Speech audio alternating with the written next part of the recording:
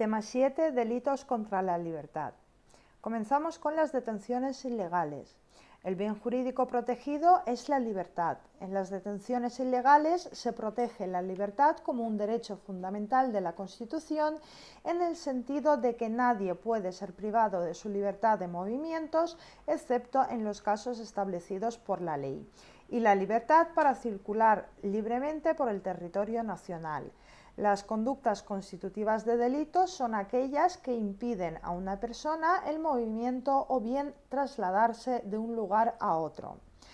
El tipo básico se establece en el artículo 163.1, donde se castiga al particular que encerrare o detuviere a otro privándole de su libertad. La pena es prisión de 4 a 6 años. El sujeto activo únicamente pueden ser los particulares y es un delito común.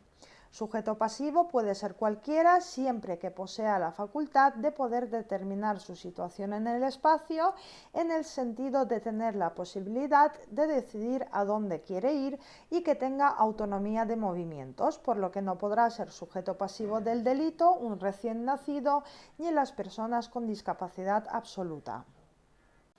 La conducta reviste dos modalidades: encerrar o detener a una persona. Solo se exige la realización de una o de otra, ya que mediante ambas se le priva al sujeto de la libertad de movimientos. Encerrar significa mantener a una persona en un lugar cerrado del que no puede salir, impidiéndole que lo abandone. Detener es una acción que priva a una persona de la libertad de movimientos, no puede trasladarse de un lugar a otro y se inmoviliza al sujeto pasivo, impidiendo que se desplace libremente por el territorio. Puede llevarse a cabo atando a una persona a un árbol, administrarle una sustancia que impida los movimientos, etc. La diferencia con el encierro estriba en que se realiza en un lugar abierto. En dicho tipo entran las modalidades de encerrar y detener, pero no entraría en el tipo delictivo la intimidación para que el sujeto no se mueva de un lugar. El encierro o la detención tiene que realizarse en contra de la voluntad de la víctima. El consentimiento excluye la tipicidad siempre que sea anterior o simultáneo, al ser la libertad un bien de carácter individual disponible. El consentimiento otorgado después de la detención o encierro es totalmente irrelevante, pues el delito ya se había consumado. Se pueden apreciar las causas de justificación de legítima defensa, estado de necesidad y de ejercicio legítimo de un derecho, oficio o cargo en los casos en los que una persona puede detener a otra.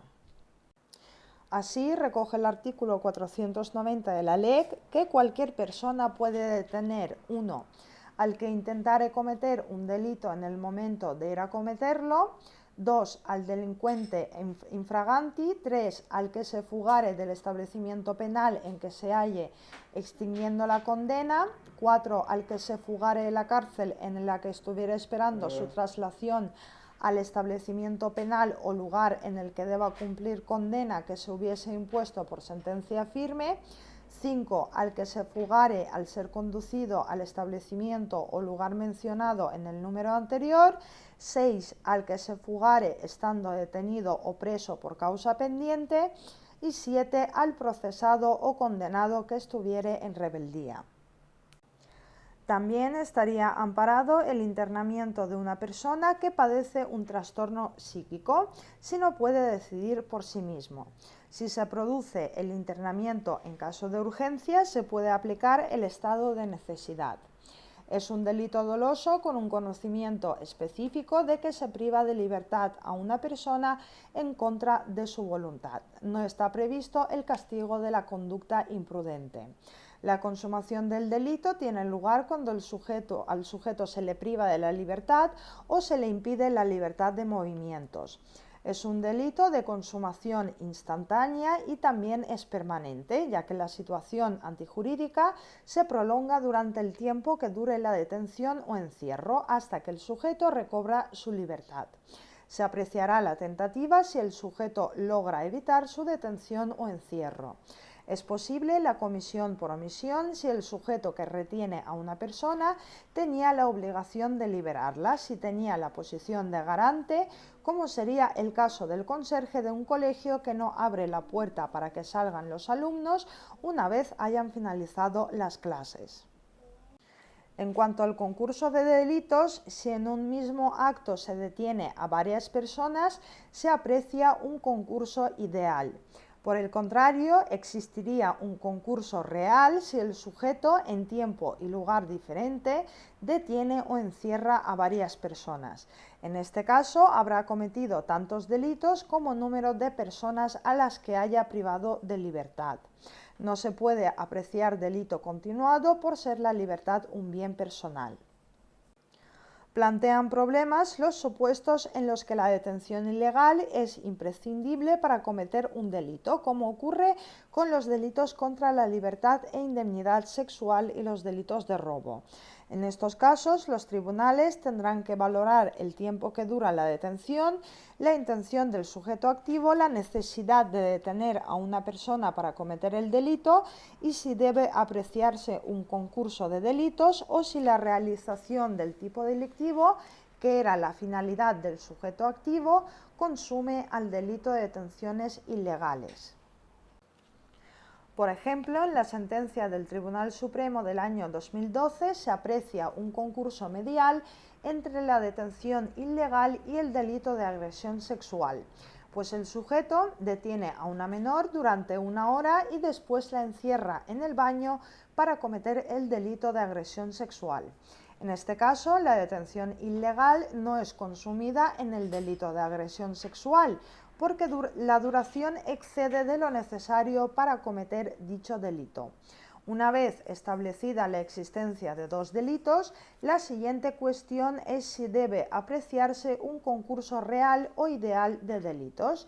En este proceso, el Tribunal Supremo apreció la existencia de un concurso medial porque la detención ilegal es el medio que utiliza el autor para cometer el delito de agresión sexual a una menor. La relación entre los dos hechos delictivos no debe solo existir en la intención del sujeto, sino que debe haber una conexión entre los hechos para poder afirmar que la realización de uno fue imprescindible para cometer el otro. En el mismo sentido, la sentencia del Tribunal Supremo del año 2016 apreció un concurso medial. En la sentencia se recoge que la detención de la víctima constituyó un medio para la posterior agresión sexual, pues el condenado obligó a su exnovia a subir a un automóvil para llevarla hasta el garaje de su domicilio, donde le impidió abandonar el coche y la penetró por la fuerza. El delito se cometió en el propio vehículo utilizado para la detención ilegal y el condenado no detuvo el coche en ningún sitio ni permitió a la víctima bajarse de él hasta que llegaron al lugar donde se produjo la agresión. Nos encontramos en consecuencia ante un concurso medial o instrumental, pues la detención fue el medio utilizado para poder realizar seguidamente la agresión y no tenía finalidad ni sentido sin ella. Una vez finalizada la agresión, concluyó también la detención, que solo era un instrumento. Respecto a los supuestos atenuados, según el artículo 163.2, cuando el culpable diere libertad al encerrado o detenido dentro de los 3 primeros días de su detención sin haber logrado el objeto que se había propuesto, la pena será prisión de 2 a 4 años. Para que se aprecie este tipo de atenuado tienen que concurrir dos requisitos. Uno temporal, que es la liberación sin haber transcurrido 3 días, y otro de finalidad, esto es, sin haber conseguido el objetivo. Se iniciará el cómputo del plazo de los 3 días desde el momento o la fecha de la detención y hasta la puesta en libertad. Si el sujeto activo libera al detenido antes de los 3 días y ha conseguido su objetivo, no se aplica el tipo atenuado, sino el básico. Tampoco se aplicará la atenuación si es el propio sujeto pasivo el que consigue liberarse o lo libera un tercero. Por su parte, la jurisprudencia ha aplicado el tipo atenuado cuando se ha dejado abandonada a la víctima con posibilidad de liberarse ella misma o de que fuera auxiliada por otras personas. No se admite el desistimiento, pero si el sujeto se arrepiente y pone en conocimiento de la autoridad la detención, es posible apreciar la atenuación de confesar el infractor a las autoridades la detención antes de que conozca que se ha iniciado el procedimiento judicial contra él, así como también podrá apreciarse una atenuación si se realiza la reparación de los daños a la víctima o la disminución de los efectos del delito. Dice el artículo 163.4 que el particular que fuera de los casos permitidos por las leyes aprendiere a una persona para presentarla inmediatamente a la autoridad, la pena será una multa de 3 a 6 meses. En cuanto al artículo 490 de la LEC antes mencionado, con supuestos de detención legal, precisa aclaraciones. Dicha detención no podrá exceder de las 48 horas. En ese plazo, el particular debe entregar o poner a disposición del juez más próximo al lugar de la detención al detenido o ponerlo en libertad. Para apreciar este tipo atenuado se exige el ánimo de entregar inmediatamente a la persona detenida a la autoridad. Respecto a los supuestos agravados, se considera supuestos agravados según el artículo 163.3, 1. Detenciones ilegales con una duración superior a 15 días. La pena es prisión de 5 a 8 años y la pena no aumenta si la detención, superado el periodo de 15 días, se prolonga durante más o menos tiempo. Castiga por su parte el artículo 165 una detención ilegal ejecutada con simulación de autoridad o funciones públicas o la víctima fuera menor de edad o persona con discapacidad necesitada de especial protección o funcionario público en el ejercicio de sus funciones. Se impone la pena en su mitad superior a la que correspondería en los artículos 163 y 164. El fundamento de la agravación es doble: simulación de la persona que lleva a cabo la detención ilegal y las características del sujeto pasivo.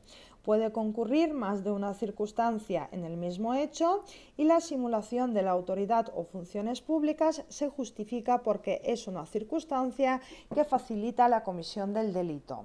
El funcionario público debe ser detenido en el ejercicio de sus funciones públicas y si los hechos se realizan cuando no está en el ejercicio de sus funciones, se calificará como un tipo básico de detención ilegal.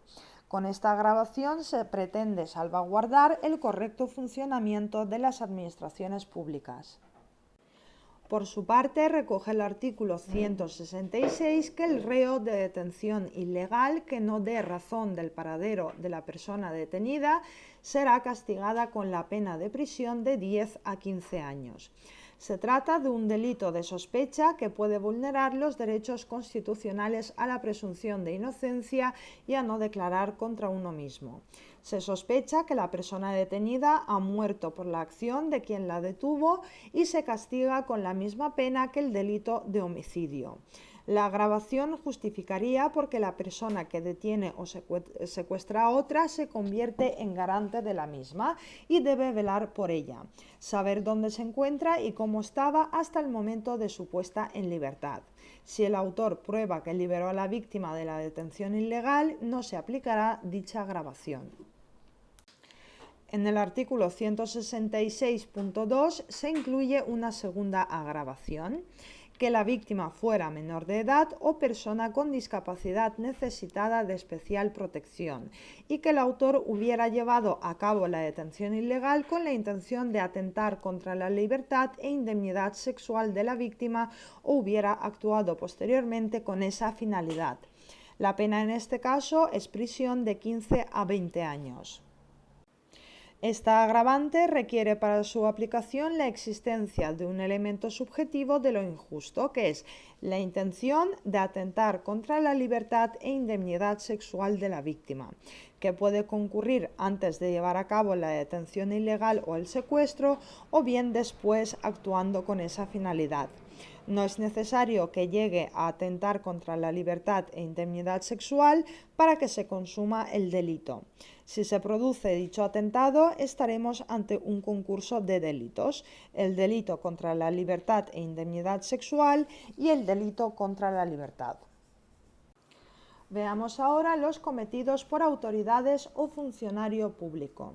El artículo 167 castiga a la autoridad o funcionario público que, fuera de los casos permitidos por la ley y sin mediar causa por delito, cometiere alguno de los hechos descritos en este capítulo. La pena es la prevista en los artículos 163 a 166 en su mitad superior, pudiéndose llegar hasta la superior en grado, y la inhabilitación absoluta por tiempo de 8 a 12 años. El sujeto activo solo puede serlo la autoridad o funcionario público que tenga atribuciones para realizar la detención, que actúa en el ejercicio de sus funciones públicas. Se castiga su conducta porque se extralimita en el ejercicio de sus funciones. Es un delito especial, ya que solo lo podrán cometer los jueces, magistrados, fiscales y miembros de las fuerzas y cuerpos de seguridad.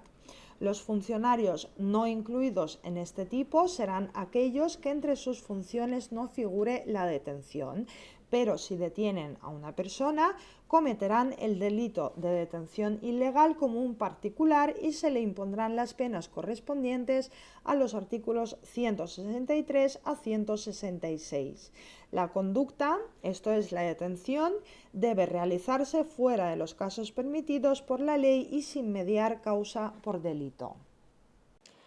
El artículo 167.2 castiga al funcionario público o autoridad que, mediado o no causa por delito, acordare, practicare o prolongare la privación de libertad de cualquiera y que no reconociese dicha privación de libertad o de cualquier otro modo ocultase la situación o paradero de esa persona, privándola de sus derechos constitucionales o legales. La conducta típica consiste en acordar, practicar o prolongar la privación de libertad, y además es necesario que concurran los siguientes requisitos: a. Que el sujeto activo no reconozca la privación de libertad o que de cualquier otro modo ocultase la situación o el paradero de la persona. La agravación aquí se justifica porque el funcionario público se convierte en garante de la persona detenida.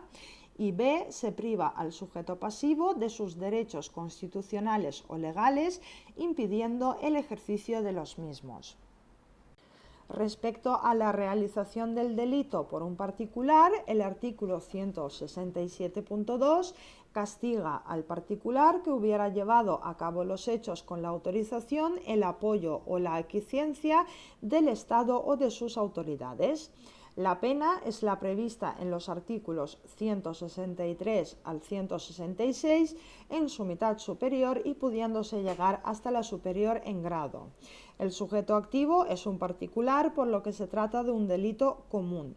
Los sujetos activos están restringidos, pues solo lo podrán hacer aquellos que realicen la conducta si ha existido una autorización, apoyo o aquiescencia del Estado o de sus autoridades, por lo que si no ha mediado relación entre el particular y el Estado o las autoridades en la que hayan dado su consentimiento o aprobado la conducta del particular, no se podrá aplicar este tipo delictivo.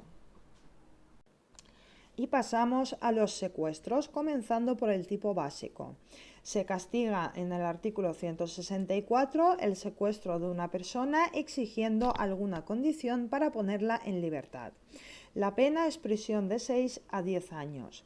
La conducta típica consiste en encerrar o detener a una persona exigiendo una condición para ponerla en libertad. La exigencia de una condición es lo que diferencia a este delito de las detenciones ilegales. La condición se exige para poner a la persona secuestrada en libertad y no puede ir referida a otro supuesto u otro propósito. La condición puede exigirse al secuestrado o a otra persona. No tiene que ser de naturaleza económica, pues puede ser de cualquier clase, lícita o ilícita. La consumación del delito se produce cuando se encierra o se detiene a la persona, se exige la condición para ponerlo en libertad y esta condición llega al conocimiento de la persona que la tiene que cumplir. Es un delito doloso y no se admite el dolo eventual. En cuanto al supuesto atenuado, establece el artículo 163.2 que si el culpable diere libertad al encerrado o detenido dentro de los 3 primeros días de su detención, sin haber logrado el objeto que se había propuesto, la pena es inferior en grado. Al contrario, el supuesto agravado que se establece en el artículo 165. Si el secuestro tiene una duración superior a 15 días, la pena será superior en grado. Un secuestro ejecutado con simulación de autoridad o funcionario públicos o la víctima fuera menor de edad o persona con discapacidad o funcionario público en el ejercicio de sus funciones, se impone la pena en su mitad superior a la que correspondería en los casos de los artículos 163 y 164. Recoge el artículo 166 que el reo de secuestro que no dé razón del paradero de la persona detenida será castigado con la pena de prisión de 15 a 20 años. Que la víctima fuera menor de edad o persona con discapacidad, que el autor hubiera llevado a cabo la detención ilegal con la intención de atentar contra la libertad e indemnidad sexual de la víctima o hubiera actuado posteriormente con esa finalidad, en este caso la pena es prisión de 20 a 25 años. Continuamos el tema con las amenazas. El bien jurídico es la libertad, pero en su aspecto de libertad en la formación de la voluntad de actuar o no actuar y hacerlo del modo o la forma que el sujeto decida.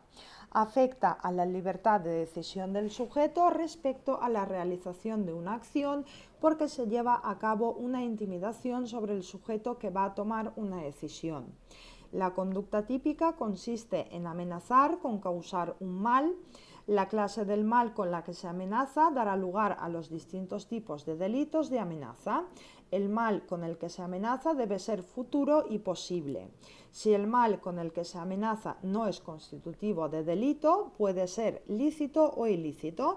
El mal debe ser concreto y determinado. La consumación del delito tiene lugar cuando el delito llega al conocimiento del sujeto pasivo.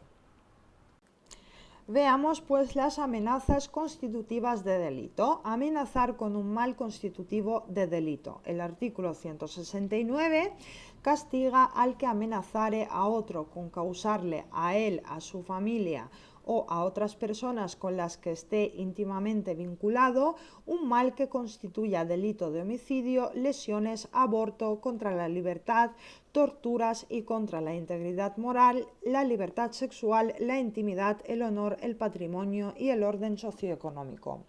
El sujeto activo puede ser cualquiera y el sujeto pasivo es el que recibe la amenaza. No podrán ser sujeto pasivo del delito aquellas personas que no tienen capacidad para enterarse de las amenazas. La conducta típica consiste en manifestarle al sujeto pasivo, directamente o por otro medio, la intención de causarle a él, a su familia o a otras personas con las que esté íntimamente vinculado un mal constitutivo de delito. El mal con el que se amenaza debe ser futuro porque si fuera inmediato sería intimidación, real y concreto, y además debe ser constitutivo del delito y tener suficiente entidad para causar intranquilidad. Solo es posible la conducta dolosa. Es un delito intencional, ya que el sujeto que realiza la amenaza es consciente de que la amenaza con un mal que constituye un delito.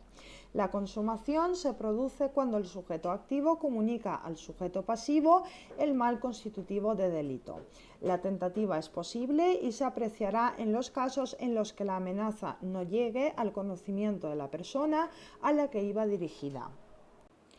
Recoge el artículo 169 que si se realiza la amenaza exigiendo una cantidad de dinero o cualquier otra condición, si consigue su propósito la pena es prisión de 1 a 5 años y si no consigue su propósito la pena será prisión de 6 meses a 3 años.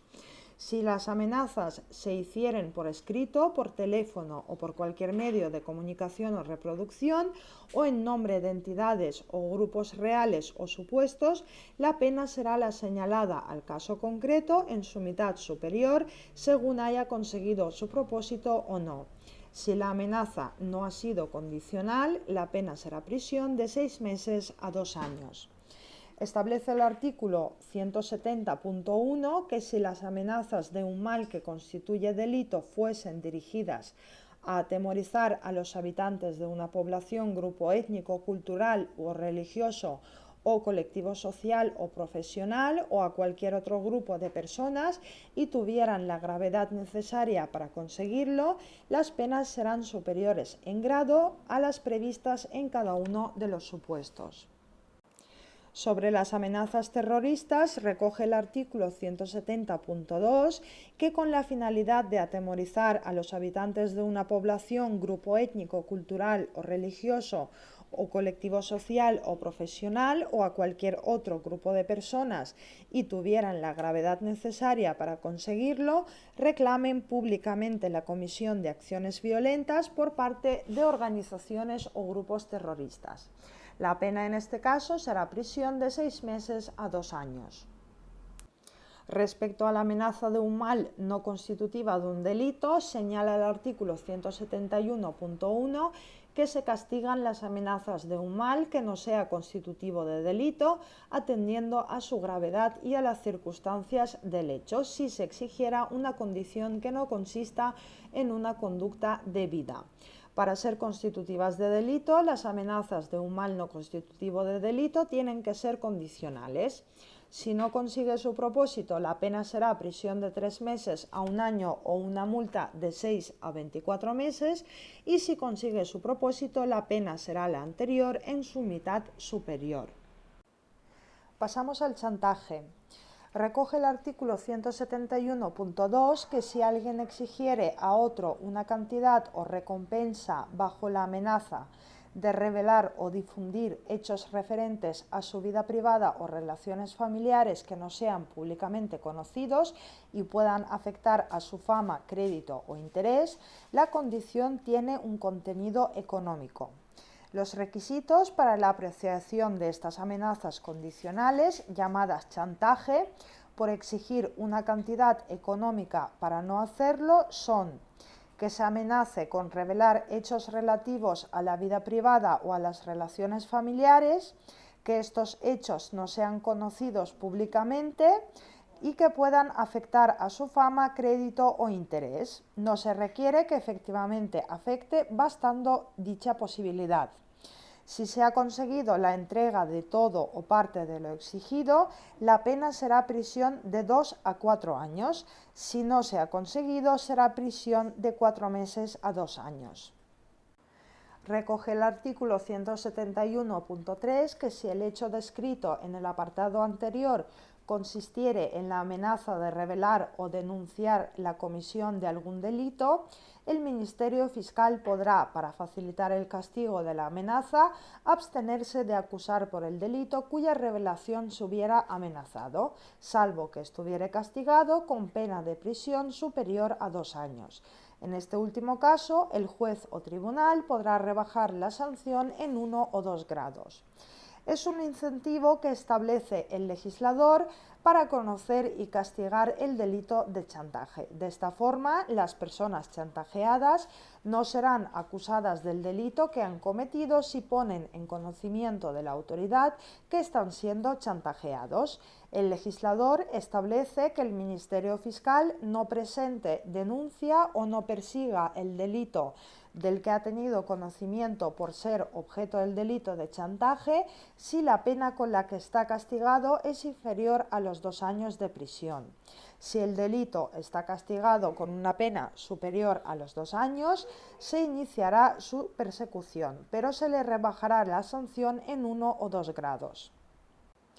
La Ley de Medidas de Protección Integral contra la Violencia de Género modificó el artículo 171 en el cual se recogen 2 conductas. A. El que de modo leve amenace a quien sea o haya sido su esposa o mujer que esté o haya estado ligada a él por una análoga relación de afectividad, aún sin convivencia, o a una persona especialmente vulnerable que conviva con el autor.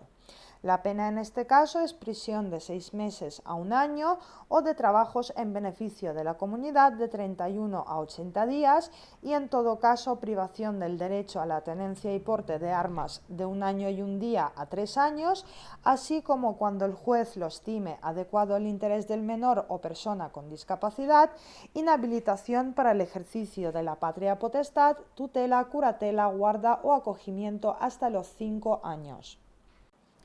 Y B, el que de modo leve amenace con armas u otros instrumentos peligrosos a alguna de las personas a las que se refiere el artículo 133.2. La pena en este caso es prisión de 6 meses a 1 año o de trabajos en beneficio de la comunidad de 31 a 80 días y en todo caso privación del derecho a la tenencia y porte de armas de 1 año y 1 día a 3 años. Así como cuando el juez lo estime adecuado al interés del menor o persona con discapacidad, inhabilitación especial para el ejercicio de la patria potestad, tutela, curatela, guarda o acogimiento por tiempo de 6 meses a 3 años.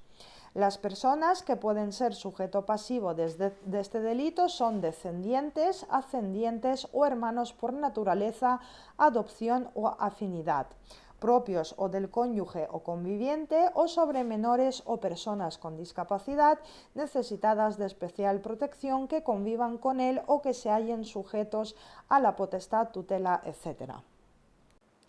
En relación con el supuesto agravado, establece el artículo 171.5 que si las dos conductas anteriores se realizan en presencia de menores o tienen lugar en el domicilio común o en el domicilio de la víctima, o se realicen quebrantando una pena de las contempladas en el artículo 48 de este Código o una medida cautelar o de seguridad de la misma naturaleza, la pena será la prevista en los dos casos anteriores en su mitad superior. La agravación tiene un fundamento diferente en cada supuesto. En presencia de menores se justifica por la mayor vulnerabilidad de estos y si se realiza en el domicilio de la víctima puede aumentar el efecto negativo sobre la salud. Y en caso de quebrantar una pena, medida cautelar o de seguridad, supone desobedecer una orden judicial. Y en cuanto al supuesto atenuado, establece el artículo 171.6 que en los dos supuestos anteriores el juez o tribunal, razonándolo en la sentencia, podrá rebajar la pena en atención a las circunstancias personales del autor y a las concurrentes en la realización del hecho. La pena será inferior en grado a la prevista en cada uno de los delitos. Por su parte, recoge el artículo 171.7 que el que de modo leve amenace a otro fuera de los casos anteriores será penado con multa de 1 a 3 meses. Y si el sujeto pasivo fuera alguna de las personas a las que se refiere el artículo 173.2, la pena será localización permanente de 5 a 30 días, siempre en un domicilio diferente y alejado del de la víctima, o trabajos en beneficios de la comunidad de 5 a 30 días o multa de 1 a 4 meses. Continuamos el tema con coacciones. Aquí el bien jurídico protegido es la libertad de obrar de las personas, la libertad de decidir si realizan una acción o no, la capacidad de decidir libremente si actúa o si omite una acción. El sujeto activo puede ser cualquiera y sujeto pasivo serán aquellas personas que tienen capacidad para ser coaccionados. No lo pueden ser los niños pequeños ni los que carecen de capacidad para comprender los hechos. El tipo básico se recoge en el artículo 172.1 que establece que al que sin estar legítimamente autorizado impidiere a otro con violencia hacer lo que la ley no prohíbe o le compeliere a efectuar lo que no quiere, sea justo o injusto. La pena será de 6 meses a 3 años o multa de 12 a 24 meses. Para la imposición de la pena se tendrá en cuenta la gravedad de la coacción o de los medios empleados. Ambas conductas deben realizarse con violencia sobre el sujeto pasivo. Si no concurre violencia, no se puede apreciar el delito de coacción. La conducta es dolosa y no admite dolo eventual. La consumación tiene lugar cuando el sujeto realiza el acto que no quiere ejecutar o bien cuando se le impide realizar la acción que no está prohibida por la ley. Es posible la tentativa, que se apreciará cuando el sujeto pasivo no llega a realizar la acción a la que le obligan o bien no consiguen impedir que realice la acción que no estaba prohibida por la ley. Los supuestos agravados del artículo 172.1 establece que cuando la coacción ejercida tuviera como objeto impedir el ejercicio de un derecho fundamental, la pena será prisión de 6 meses a 3 años o multa de 12 a 24 meses en su mitad superior, salvo que el hecho tuviera señalada mayor pena en otro precepto del Código Penal. Y 2. Cuando la coacción ejercida tuviera por objeto impedir el legítimo disfrute de la vivienda. En este caso, la pena será prisión de 6 meses a 3 años o multa de 12 a 24 meses en su mitad superior. En cuanto a las coacciones leves por razón de género o especial vulnerabilidad de la víctima, el tipo básico se recoge en el artículo 172.2 y establece al que de modo leve coaccione a quien sea o haya sido su esposa o mujer que esté o haya estado legada a él por una análoga relación de afectividad, aún sin convivencia, o a una persona especialmente vulnerable que conviva con el autor. La pena es prisión de 6 meses a 1 año o de trabajos en servicio de la comunidad de 31 a 80 días y en todo caso privación del derecho a la tenencia y porte de armas de 1 año y 1 día a 3 años, así como cuando el juez o tribunal lo estime adecuado al interés del menor o persona con discapacidad, inhabilitación especial para el ejercicio de la patria potestad, tutela, curatela, guarda o acogimiento hasta 5 años.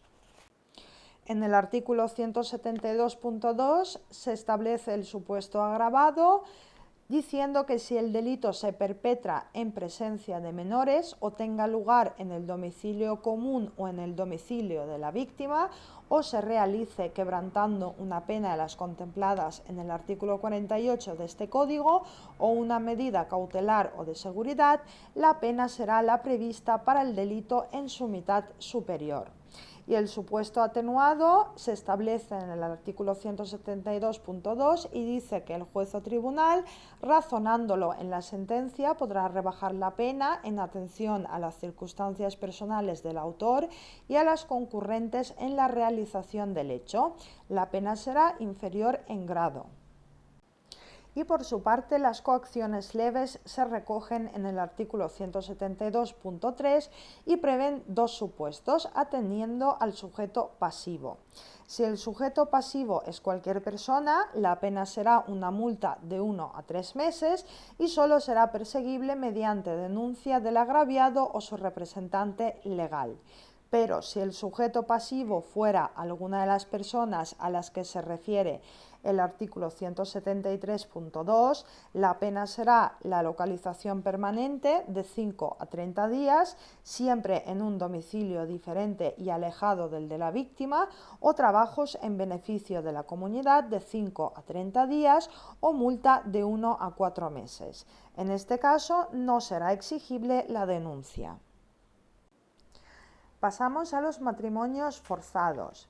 El tipo básico se establece en el artículo 172 bis 1, que establece que el que con intimidación grave o violencia compeliere a otra persona a contraer matrimonio será penado con prisión de 6 meses a 3 años y 6 meses o multa de 12 a 24 meses según la gravedad de la coacción o los medios empleados.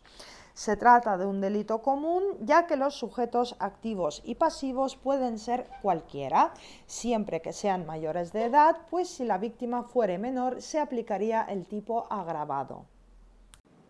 La conducta típica consiste en el ejercicio de intimidación grave o violencia y puede ejercerse sobre uno de los contrayentes o sobre los dos.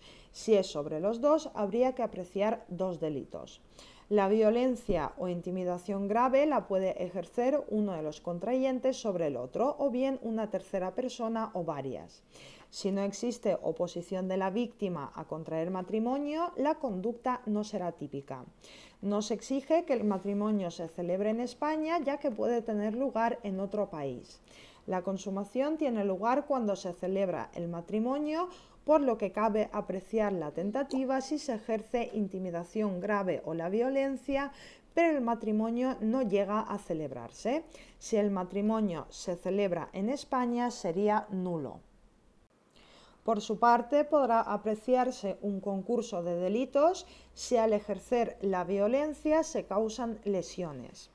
Establece el artículo 172 bis 1 que quien con finalidad de cometer los hechos utilice violencia, intimidación grave o engaño para forzar a otro a abandonar el territorio español o a no regresar al mismo. La pena es prisión de 6 meses a 3 años y 6 meses o multa de 12 a 24 meses.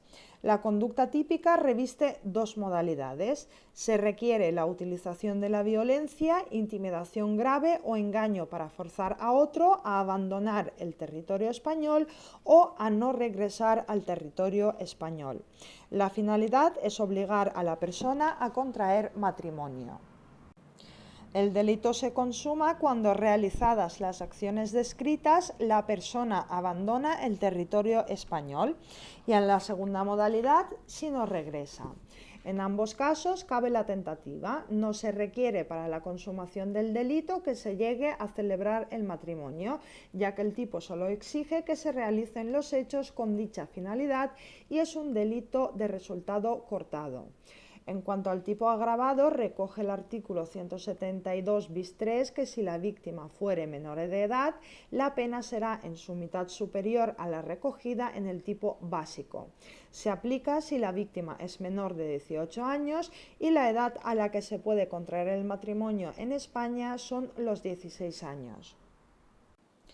Y terminamos el tema con acoso. Aquí el bien jurídico es la libertad de obrar, de decidir lo que se hace o las decisiones que se toman, también la integridad moral, el honor, la intimidad y la seguridad. Recoge el artículo 172 ter que el que acose a una persona llevando a cabo de forma insistente y reiterada y sin estar legítimamente autorizado alguna de las conductas siguientes y de este modo altere gravemente el desarrollo de su vida cotidiana. 1. La vigile, la persiga o busque su cercanía física. 2. Establezca o intente establecer contacto con ella a través de cualquier medio de comunicación o por medio de terceras personas. 3. Mediante el uso indebido de sus datos personales adquiera productos o mercancías o contrate servicios o haga que terceras personas se pongan en contacto con ella. Y 4. Atente contra su libertad o contra su patrimonio o contra la libertad o patrimonio de otra persona próxima a ella. En este caso, la pena es prisión de 3 meses a 2 años o multa de 6 a 24 meses. Se trata de un delito común, pues tanto el sujeto activo como el pasivo pueden ser cualquiera. La conducta de acoso consiste en llevar a cabo sobre otra persona de forma insistente y reiterada el hostigamiento continuado, por lo que la realización de uno solo no será suficiente para constituir el delito de acoso. Pero en el tipo no se determina cuántos actos serán necesarios para considerar que existe reiteración, y esto quedará a la determinación por los tribunales y debe consistir en la realización de las acciones descritas en el artículo 172 ter. Dichas acciones deben realizarse sin estar legítimamente autorizado. Si existiera autorización, la conducta no sería típica. Es un delito de resultado, ya que el tipo exige que las acciones de acoso realizadas tengan como resultado la alteración grave del desarrollo de la vida cotidiana de la víctima. No se incluyen en el tipo las molestias leves que generan un temor en la víctima. Y asimismo cabe la tentativa. En cuanto a los supuestos agravados, recoge el artículo 172 ter 2 que 1. Si se trata de una persona especialmente vulnerable por razón de su edad, enfermedad o situación, la pena será prisión de 6 meses a 2 años y la agravación se fundamenta en la vulnerabilidad de la víctima. Y 2. Si el ofendido fuere alguna de las personas a las que se refiere el artículo 173.2. En este caso, la pena será prisión de 1 a 2 años o trabajos en beneficio de la comunidad de 60 a 120 días. En este caso, no será necesaria la denuncia de la persona agraviada o de su representante legal.